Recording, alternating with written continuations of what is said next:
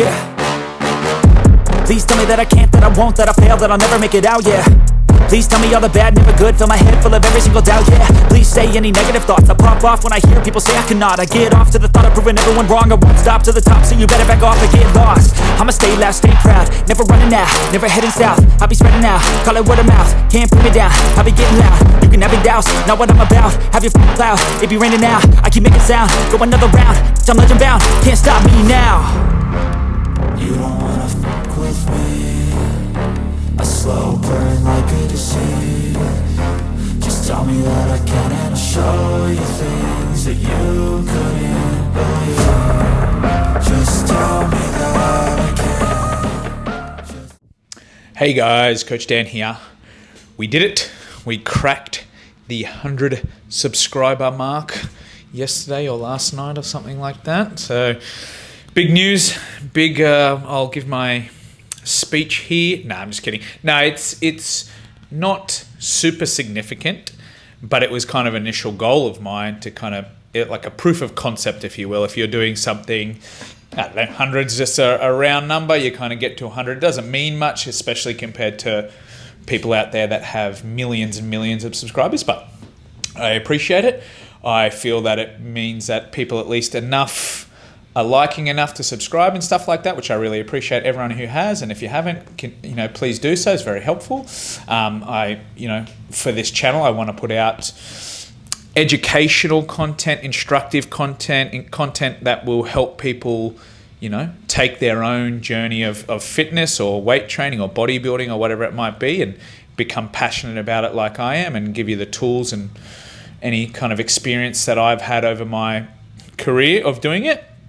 And express that it can be something that, you can develop a career around, or even if it's not that way inclined, it's just something you can be really passionate about that can be really good for you, good for not just your physical health, but your mental health. And I want to portray that all through this channel, not just, be some meathead on here going, lift weights kind of thing. But just, show you that I aim to be usually somewhat evidence-based, evidence is far as a bit of science, a bit of my own experience, a bit of my coaching experience, and put that all together to kind of, have a way of doing things, a process, a system, and then express that system and communicate that system to people so they can develop their own system. Because I'm not saying mine is perfect, it's just the one that I've developed over time through practice and failing and practice. And it's what I've come to work with. And I'm always actually adjusting that as well. And I think that's quite important. Nothing's ever like black or white. This is done. This is the best. And that's the same as what science is. Science is like, here's another sort of edge in this direction. Oh, no, we kind of recorrect because now we've got more evidence suggesting this. So it's all a process like that. And I want to get that across in this channel. So I appreciate 100 subscribers. That's cool. Let's see if we can't, knock off some other milestones and kind of prove this concept, this instructive kind of stuff, this educational, this empowering stuff is good for people and stuff like that. So anyway, with that spiel out of the way, we go lower body today. First lower body session of the week, starting with some Smith machine back squats. I've been rocking those for maybe a couple of months now and still liking them and still progressing with them. And every time I watch myself do them on camera, it looks like my head's going to pop off. So we start there, and then we move through some of our accessory stuff. We've got a step-up variation and things like that, but we'll get there when we get there. And just to reiterate, thanks for all the subs, guys. Really appreciate it. Share your stuff, like the stuff, do all the stuff that's good for YouTube, and let's get out there and let's get after our session. Smith machine back squats. Here we go. All right, Smith machine squats first. So I use the Smith machine for a couple of things on a couple of different days, like incline bench from yesterday, squats today, shoulder press. The main advantage I see with the Smith machine is the stability. So it doesn't really require much, right? Because this sits on its rails, and therefore balance is not a thing. We don't have to worry about keeping the bar over our center of gravity or center of mass. We can just work hard, go to failure relatively safely.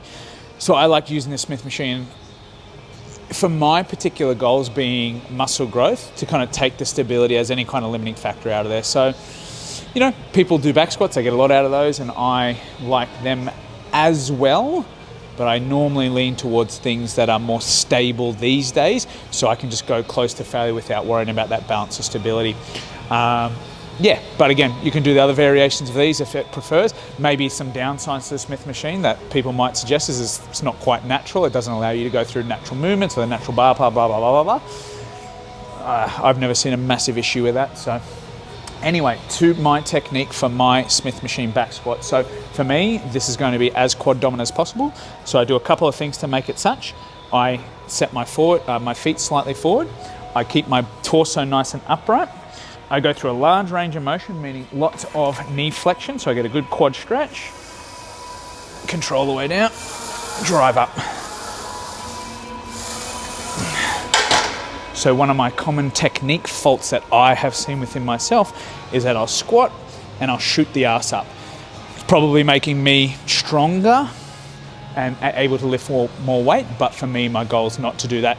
It's to target the quads or bias the quads. So, all right, we warming up. Pretty warm in this gym, actually. Don't need to warm up as far as body temperature goes. Okay, let's build it on up and see if we can't best what we did last week with good execution, good intensity, good focus. Let's get it.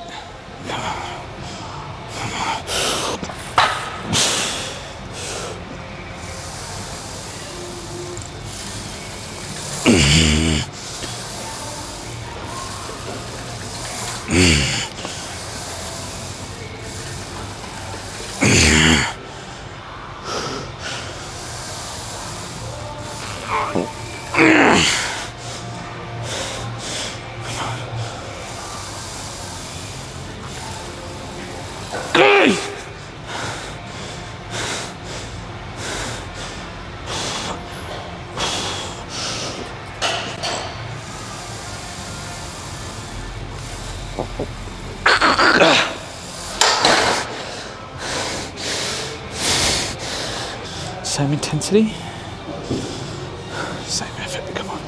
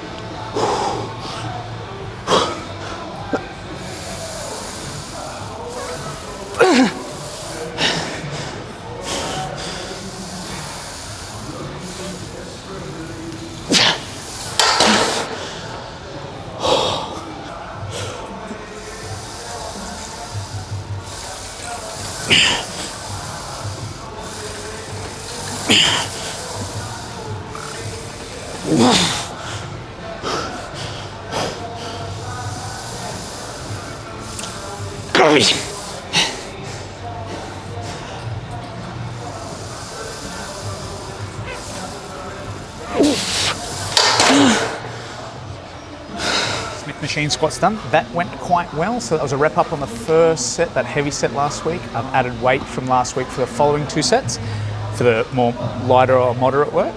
Pretty good. That last, it's funny when you watch yourself on camera a little bit and then you feel how hard something is, you kind of go, well, on camera that looked okay, but how hard it is different.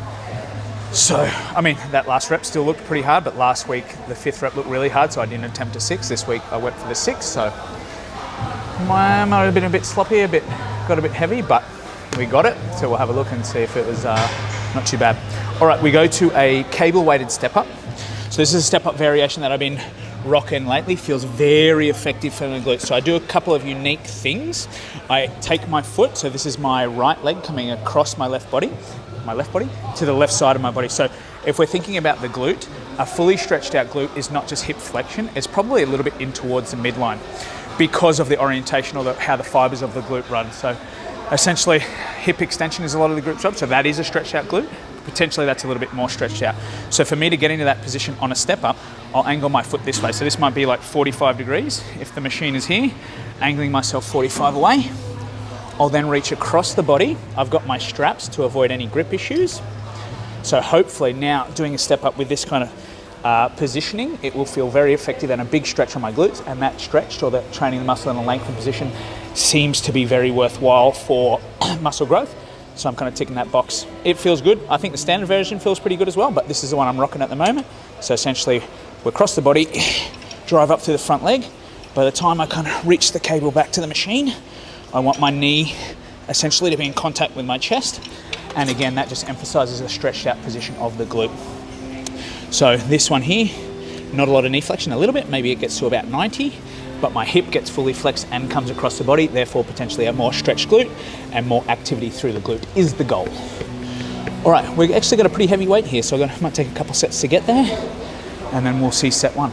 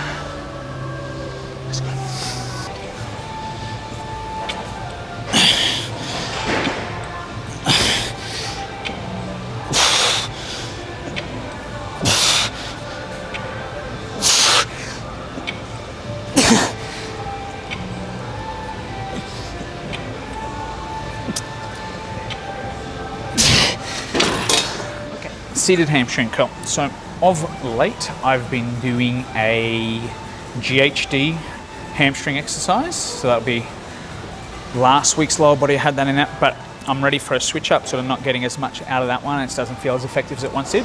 And this one's always been okay. Now this particular seated hamstring curl, so seated's good because what seated allows you to get to is at a really stretched hamstring position. So if you think I was lying down, I'm not as stretched in the hamstring because the hamstring actually passes two joints, most of that part of the hamstring passes two joints, the knee and the hip.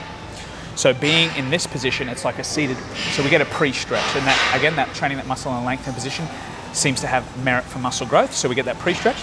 This particular version of seated hamstring curl, maybe not the biggest fan of. I would much prefer the variation where we could have a thing here. So the thing is here below my knee, whereas I want one to push down so I can stabilize. But anyway, what to do? It's still pretty good, still feels effective. Control the way up, feel the hamstring stretch all the way out.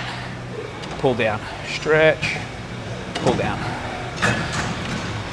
So that's my sub tonight. Not too much to it other than that. I mean, we get the seat position correct such that for this particular one, Techno Gym brand, this is just below the knee, so it's not blocking the knee. The lower pad's on the back of the ankle, so I can still pull with it. That's that, really. Let's build up to our weight and smash it out. We want some big hamstrings here. We want them bulging hamstrings.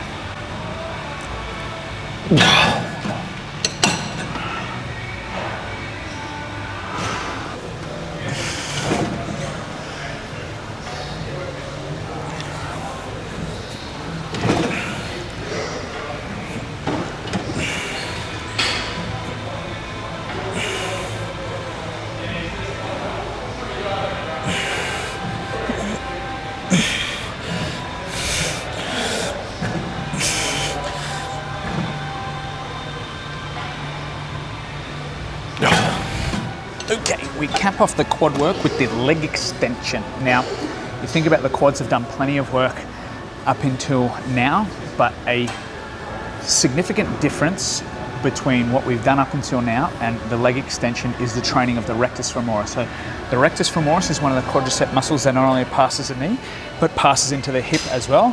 so therefore acts as a hip flexor. Now, if you think about when you squat, the actions that happen at the knee and hip are essentially for this muscle are going to be opposing one another. So example, we sink down into our Smith machine squat from before. The quad is stretching out at the knee while we're flexing at the hip. So essentially you're kind of opposing it. So at one joint it's kind of lengthening and at one joint it's shortening. So when they sort of directly research this, they'll find that quad growth in an exercise like this is a little bit more significant for the rectus femoris, whereas the squats and leg presses and all those other compound movements are more significant for the vasti muscles, or vastus lateralis, vastus medialis, intermedius as well. Now, some things that I do somewhat unique as far as my technique or setup for the leg extension goes. We've got yoga blocks. Now, yoga blocks will push my foot back further this way, allowing a larger knee flexion and therefore more quad stretch. Now, with the rectus femoris being the focus for this one, or at least it's kind of why we're doing this one at least, I also take the backrest all the way back, opening up my hip and therefore stretching the rectus femoris, or rec fem we'll call it now for short, at the hip. So we get it stretched as far as possible on this machine as a hip. I've considered at certain stages doing some like standing single leg extensions and stuff like that to kind of get fully extended at the hip, but this just requires less setup and I like it. But all the other tips are pretty similar. So we get good range of motion, full extension, control the way down, feel the quads, full extension. Bada bang, bada boom. And again, only 2 sets here. So we've Smith machine squatted for 3 sets, pretty heavily biased towards the quads, or at least we're trying. We've done our step ups for 2 sets. There's some quad action in there. And now we're gonna do this for 2 sets, and that's gonna cap the quads off. All right, getting pretty strong at this one, so that's cool. Let's get to our weight and let's smash it out.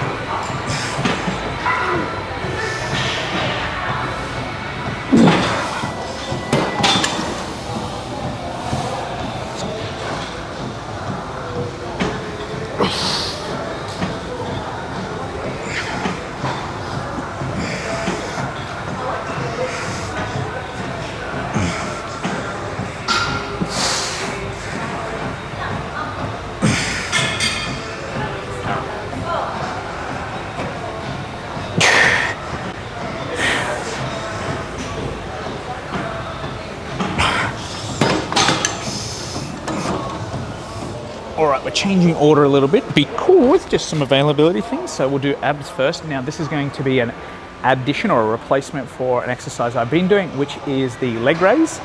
Now it's somewhat different from the leg raise, but the leg raise for me is like the rep range is quite high and it's only getting higher. So I'm going to, and it's just going to continue to go up. That's what we can improve there. So instead I'm going to do this. This is an abdominal crunch machine. It is weighted and I can take the weight up over time. So I can make it challenging for about 10 to 15. This particular machine, I think most gyms have, a somewhat variation of this. This one I haven't used much before. I don't know, why haven't I used this? I've just always thought it was a bit crappy as far as range of motion goes, but just in a bit of practice here, it feels pretty good. Very targeted, very isolated, easy to set up, which I'm a big fan of. So if we think about the job of our abs, essentially, you take the bottom of your sternum and you take the top of your pelvis and you're pulling those towards one another. And that's what our abs are doing, pulling ourselves in that position there. So when I get this machine here, I've got these handles, these elbow pads. Now there's a temptation to kind of drive with the arms and shoulders, but we're just bringing them along for the ride. So I'm thinking about bringing my sternum down towards my pelvis, doing the jobs of my ab, lengthen that out and revisit. Stretch as far as you can towards the back, and then bring it down. So there is a limit as far as range goes, like it doesn't stretch that far back, but again, it's targeted, it's isolated. I feel like it's going to be effective. We just have to find the right weight, find the right technique and get the feel for it, because it's new to me as far as train abs goes. So let's build it up and find something that's challenging for about 10 to 15 reps.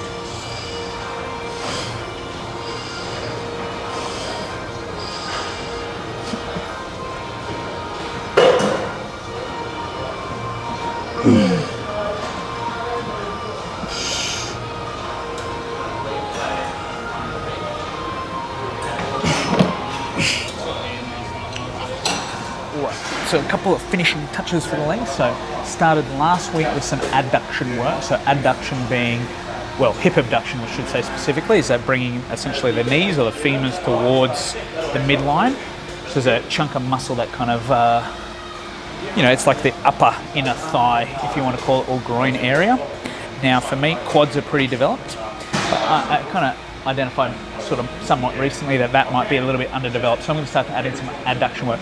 It could be that I just have, that's where I store a lot of the fat in my leg and it just doesn't look as muscular when you've got a bit of body fat on you. So, either way, a little bit of adduction work, 2 sets this day, 2 sets I'll do on the other lower body, same exercise, maybe just different rep range to kind of mix it up. So for me, a couple of pointers surrounding this one. Essentially, you're going to take your legs as wide, or you make the adjustment as wide. Get this cramp in the glute out of the way first. As wide as your mobility or flexibility allows. It makes sense for me to lean back on this one as the adductors potentially aid in hip flexion. So hip extension would help stretch them out further. So leaning back for some of the glute work you might do on here where we push out, it's potentially worth leaning forward for the stretch component. So leaning back, drive knees towards one another, control the out.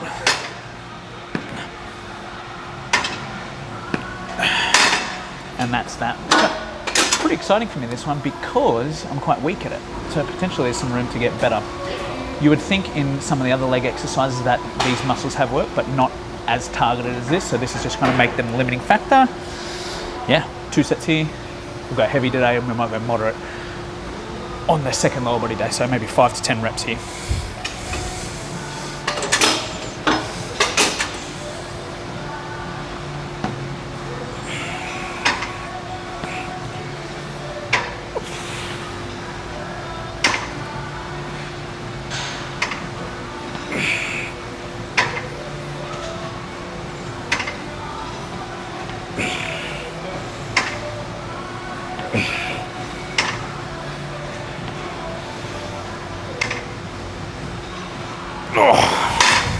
All right, we finish off with calves. So leg press calf raise, maybe one of the best leg calf exercise out there. It doesn't load the back at all, doesn't load the spine. It's just simply sit here, smash your calves. I like that. Not too much other than that. We've had a good session so far. We're just going to cap off here for the few sets here. So the leg press calf raise, I like to make sure the back's thingy, what do we call this? The back pad is up high enough, because when we're kind of leveraged at the bottom of the seat, it can kind of, well, sometimes it's shot me out of the seat if it's been too far back. So push this, so we're not we're just pushing against it basically, and we're not going to get slid out of the seat. Half the foot on, half the foot off on the platform. Heels go underneath for a big stretch, raising up onto the toes. Now, a couple of points about the leg press calf raise. Number one, often what can happen is that your foot can slide off as the set goes on. Now, if that is the case, just to simply shuffle back on to at least the ball of the big toe being on the platform. Without that ball of the big toe on there, you'll essentially be tiptoeing it. You can still do the movement, but potentially you lose a lot of force production capability. So just simply, you'll see me in this set probably, or one of these sets, I might come to start to shuffle off, and maybe halfway through the set. So if I'm shooting for 18 to 20 at 9 or 10 reps, I'll shuffle back on. That's number one. Number two, as far as your strength level goes, or strength curve they call it, With this one, you are much stronger in the stretch position, so the position where my heel will be underneath at the bottom. So what you might see me do at the end of sets is do shorten range efforts. So once I can no longer get my ankle to fully extend, I'll do half reps at the bottom. So it's potentially that I'm not fully fatigued, I just can't get all the way to the end range. And if I'm thinking muscle growth here, I'm thinking I want to get pretty close to failure. So I'll do some half reps towards the end of the set usually. And it feels good, it feels like you get an extra stimulus. So at the end of the set, where you finished being able to go the full range, and then you add in those partials, there's more stimulus or perceived stimulus, so burning and all that kind of stuff. Burning sounds bad, but that's kind of what we want in here. All right, let's get it. 4 sets here. We out.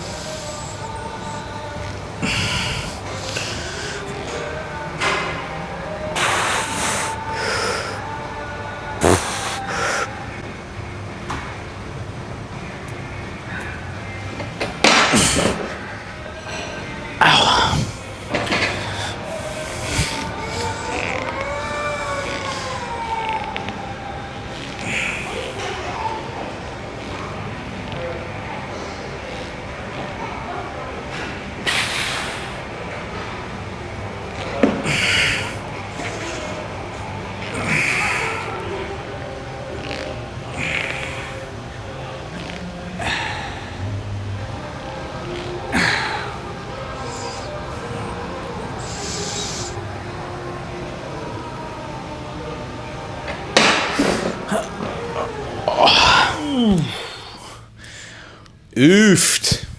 Nailed it. That was a good one. So happy with that. Got a couple extra reps there on, well, added weight to the squat. Got a rep extra on the heavy set, should I say, on the squat. We're full stacking that step up. Changed a couple things in that workout. All in all, that one's going pretty well. So happy with that, even with, you know, being busy and stuff like that. I think the thing to keep in mind is once you get into the workout, to focus on it, to focus on every set individually, to kind of get in the zone, as they call it. But more so, yeah, just to get in the mindset to make this a really good set each time. So prior to the set, we're kind of going, all right, let's get the execution right. Let's keep the technique. Let's build that intensity and let's focus in. So it's been quite helpful, that mindset for me, I think. Geez, look at that skinhead. Look at that action. So I'm going to keep that as a general, you know, habit, even like every set, every workout we go into, regardless of how we're feeling outside the workout, we apply those 3 things. So once we're in it, what's out of it doesn't matter. You know what I mean? And it just does work to kind of give you a break, relief from any kind of stresses outside of the gym as well, which is quite pleasant. And then when you stop, then you can worry about that all over again. So all right, good stuff. Tune in tomorrow. The reward for getting through that workout is that we've got a back day tomorrow. Sweet, sweet back day. So tune in for that. As always, guys, if you're liking the stuff, liking the content, hit subscribe. It's easy peasy. Click and hit subscribe. That's all that takes there. If you want to see some more training, hit this playlist up here showing how I train other muscle groups as well, and always very informative and educational. And as always, it's about progress over perfection. Coach Dan, signing off.